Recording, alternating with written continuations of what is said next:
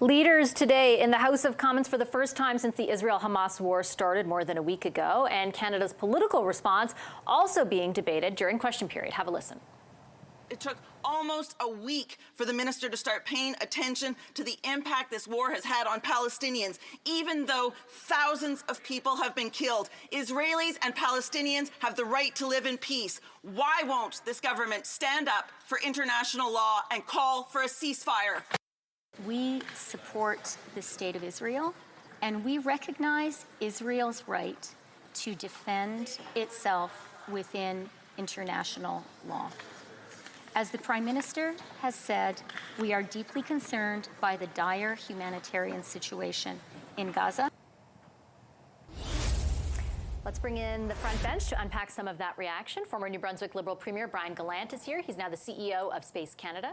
Shakir Chambers worked in Prime Minister Stephen Harper's office before becoming a policy advisor to the International Trade Minister. He's now a principal at Earnscliffe Strategies.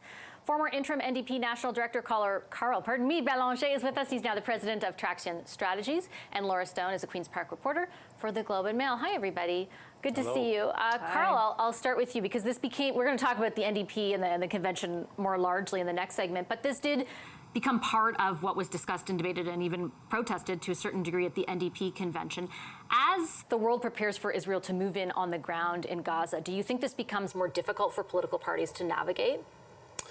Well, so far, they've been doing pretty well. I think you can hear the Prime Minister and the Leader of the Opposition and the leader of the other parties trying to have a very reasonable, very reasoned approach about this. But the issue is, can you keep that line? Is it sustainable? And I am not sure that it is, as tensions are arising here in the country. And you've seen it in the past week, and you'll keep seeing it.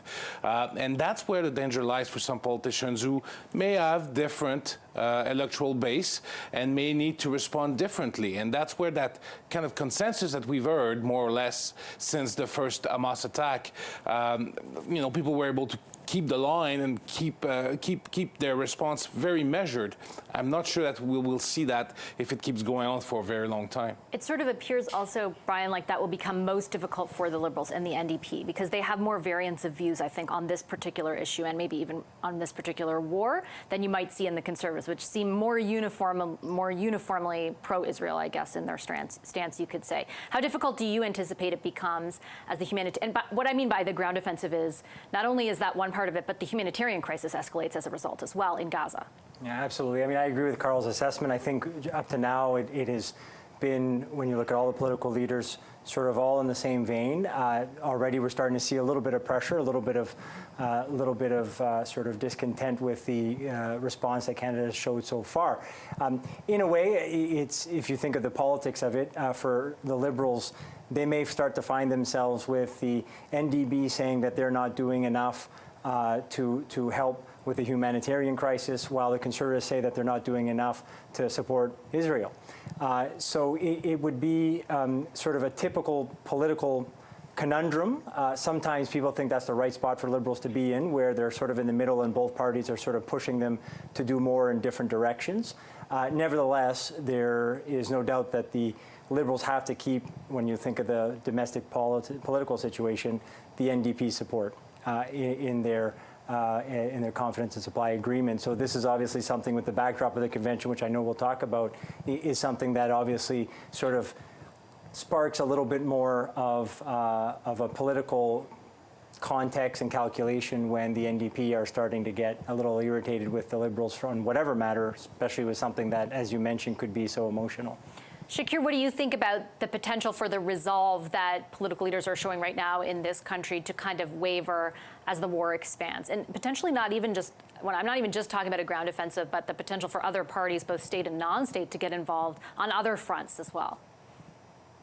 Yeah, I think to a point I agree with Brian. I think ultimately, if you are the government in power, you're going to get criticized on all sides, right? So I think what I heard from all leaders today or elected officials is pretty much, standing with Israel to a certain degree, I think minus kind of the NDP, but the right to defend itself in accordance with international law. That clip kind of reiterated that.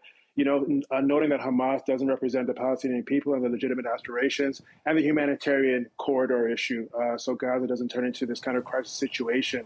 But I think if you're getting these calls from the NDP to, call for a ceasefire or go the extra mile, I think my bigger view is if you zoom out from this conflict itself, does anybody listen when we do say these things, right? Like we always talk about this notion of influence or having a seat at the table. I think situations like this, and we've had several over the course of the year of international crises, situations like this give you a chance to pause and ask yourself, as Canada, are we doing enough on the international stage? Are we funding our defense capabilities or diplomatic or intelligence capabilities at an adequate level? Because I think as we move forward, as the world becomes more unstable and more unpredictable, you're going to want to be calling for influence. You're going to want to have a seat at the table. But a lot of these new alliances that are forming or changing or shifting, our reputation precedes us. And I think our reputation has a right to be questioned. And as it's being questioned, I'm not so sure we can do more than just having rhetoric, right? I think ultimately when you ask the Prime Minister to do certain things or say certain things, I'm not sure if folks are listening because I'm not sure we've kind of, if you will, paid our fair share in the international community, and we have this reputation as free riders. So we need to be cautious when we're asking Canada to take an aggressive stand on the international scene,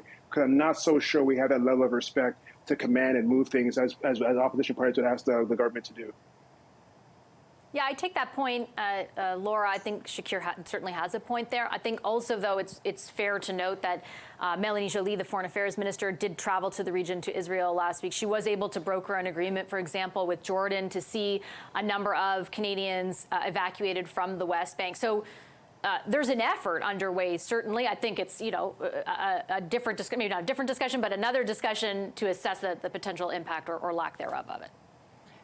Yeah, I mean, I think this situation is going to only become increasingly more complex and murkier, right? I mean, it's easy the day after the Hamas attack to come out and condemn them, to stand with Israel and to say that they have the right to defend themselves. I think it becomes a lot more complicated when you then see a counteroffensive on behalf of Israel and you see innocent lives lost in Gaza and elsewhere. And I think you've seen the government turn somewhat more of their attention on the humanitarian crisis, even in the language from the Prime Minister and in some of the government statements. I mean, they're still standing, I think, behind Israel, both the Liberals and Conservatives, more so, I'd say, than the NDP position, which is more focusing, I think, on the plight of Palestinians. But it's only going to get more complicated for the government and for the political parties as we see these horrible images of innocent people on the other side who are getting killed and having to flee their homes. So it's not a position that I think any of us envy